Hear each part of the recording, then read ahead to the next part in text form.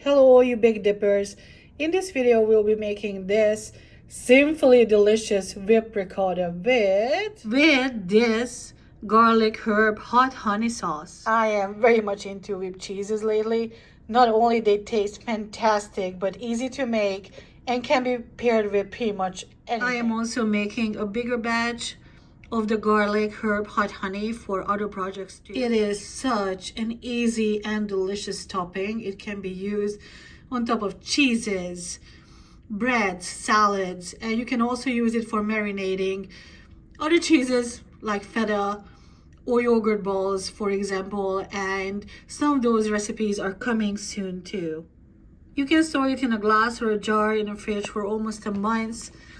My glass that I'm using here is from Crate and Barrel. I love it as it comes with a lid, and I think I paid about $2.50 for it.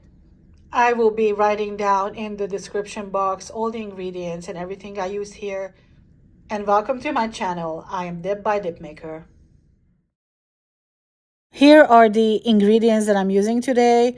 So it's about half a pound of whipped ricotta, a handful of garlic cloves, equal amount of honey and olive oil. They're about 4 ounces, salt, chili flakes, and some fresh herbs like rosemary and thyme. You can also add more pepper flakes to it or less even. I prefer my honey to be on the mild side, but if you prefer hot, really hot honey, you can add much more to it too.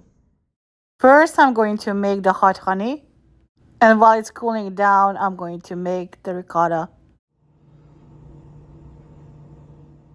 Cut the garlic into thin, equal slices using a sharp knife. And of course, watch your fingers while you do it. And you can put it into the saucer with the olive oil straight away. You don't have to wait till it heats up. Also here, mine looks really big. It's because we just moved and I can't find my little saucer and it's driving me crazy. It has disappeared like it never even existed. So if you're using a bigger saucer like I am, you really need to be careful not to burn your garlic and your oil and the honey. When it's done, you can add the herbs to it and a little bit of salt. And while stirring, bring it to boil. It definitely needs some attention because when the oil is hot enough, the garlics can burn real fast. So you need to stir and look after it. But the good thing is it shouldn't take too long. It only took 2 minutes and the oil is already frying, and it should be another 2 minutes, 2-3 minutes until the garlics are nice and brown. Coming close to the end. These are the most crucial moments. The garlic can start sticking to your pan, so be careful with the stirring and also not to overcook it. You see when it's a little bit brown, this is when I'm going to turn the heat off. Remove it from the stove. Also remove the herb leaves from it and stir in the honey and the chili flakes. When you're done, set aside to cool and get your ricotta ready. While the garlic is cooling down, I'm going to whip my ricotta using an electric mixer. Basically, you just need to put your ricotta in a bowl, add a little bit of olive oil, and just mix it until all the curds are broken up and you have a nice, smooth texture. It took me about 3 minutes to fully whip the ricotta.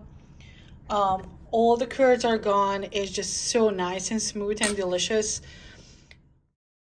My experience with whipping curdy cheeses is for a while that it looks like nothing is happening to them, and all of a sudden you get your smooth, delicious texture. I spreaded the ricotta on a small dessert plate, and now I just need to top it with the hot honey mix.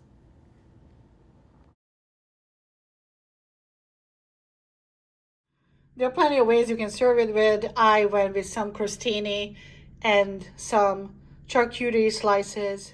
But of course you can add any sort of bread, crackers, cheeses, vegetable sticks, whatever makes you happy. I hope you like this recipe and I hope one day you make it. For more, please subscribe to my channel, Dip by Dipmaker. And leave a comment about how dip is your love.